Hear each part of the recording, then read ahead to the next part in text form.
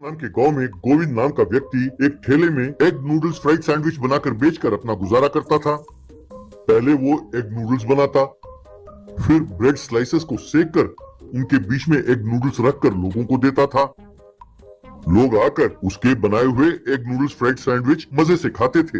लोग उसके पकवान की खूब प्रशंसा करते तो गोविंद फूला ना समाता। गोविंद का बेटा था दीपू।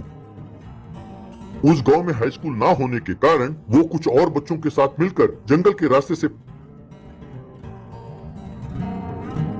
पास वाले गांव के हाई स्कूल में पढ़ने जाता था।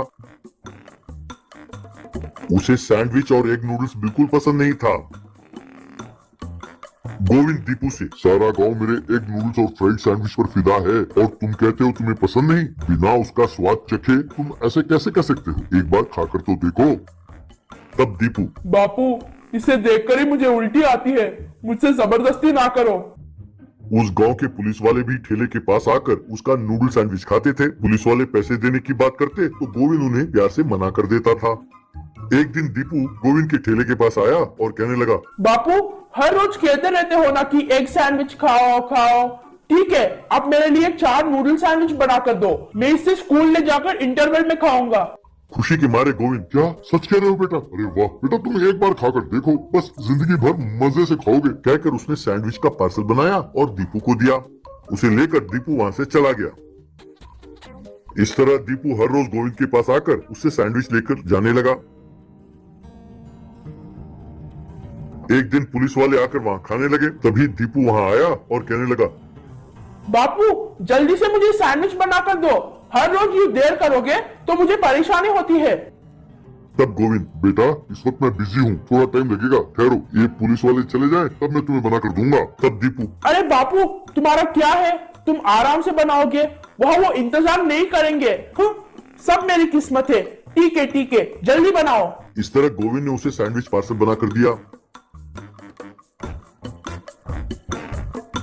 तब ऐसे ही, क्या बात है गोविंद, तुम तो कहते थे कि तुम्हारे बेटे को सैंडविच बिल्कुल पसंद नहीं है और अब वो 4 सैंडविच बनाकर ले जा रहा है। गोविंद, यही बात तो मेरे समझ में नहीं आती है सर। आजकल हर रोज 4 सैंडविच लेकर जाता है, उसका एक सैंडविच खाना ही बहुत बड़ी बात है, पता नहीं क्या है। यह सुनकर एसआई को शक हुआ। एसआई गोविंद से, गोविंद पता नहीं क्यों मुझे तुम्हारे बेटे पर शक हो रहा है, तुमने गौर किया? उसने कहा था कि अगर देर करेंगे तो वो इंतजार नहीं करेंगे, यानी ये जो सैंडविच ले जा रहा है अपने लिए नहीं किसी और के लिए ले जा रहा है। उसको डर है कि अगर इसने देरी की तो वे नाराज हो जाएंगे। पता लगाना होगा कि वे कौन है, उसके सीनियर या कोई और। इस तरह पुलिस और गोविंद दीपू का पीछा करने लगे। उन्होंने देखा कि दीपू एक पहाड़ी के गुफा के अंदर जा रहा है, वो भी उसका पीछा करने लगे। अंदर जाकर उन्होंने देखा कि वहाँ 2 चोर थे। उन्होंने दीपू से सैंडविच लिया, फिर उसे 2 थप्पड़ मारा।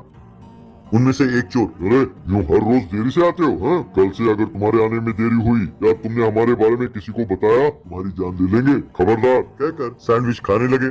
तब ऐसे ही, कमीने, ये तो जेल से भागे हुए कैदी हैं, कन्ना और मुन्ना, इन्हें पकड़ने के लिए हमने चारों ओर चेक पोस्ट लगाया है, इसीलिए ये यहाँ छिपे बैठे हैं। लगता है स्कूल से लौटते वक्त तुम्हारा बेटा इनके गिरफ्त में आ गया। कॉन्स्टेबल्स अटैक, ऐसा कहा। बस पुलिस ने उन दोनों को चारों ओर से घेर लिया और उन्हें खूब मारा, फिर उन्हें ले जाकर जेल में डाल दिया।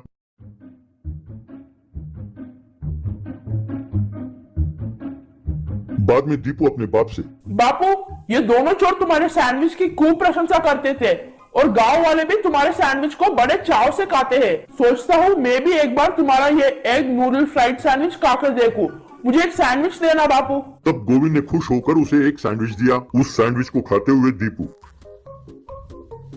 डियर फ्रेंड्स, ये कहानी आपको कैसी लगी? अगर आपको ये कहानी पसंद आई तो इसे लाइक और शेयर जरूर कीजिए। और हाँ, ये सैंडविच वाकई बहुत स्वादिष्ट है। अगर आप में से किसी ने पहले ही एग नूडल्स फ्राइड सैंडविच खाया हो तो कमेंट बॉक्स में उस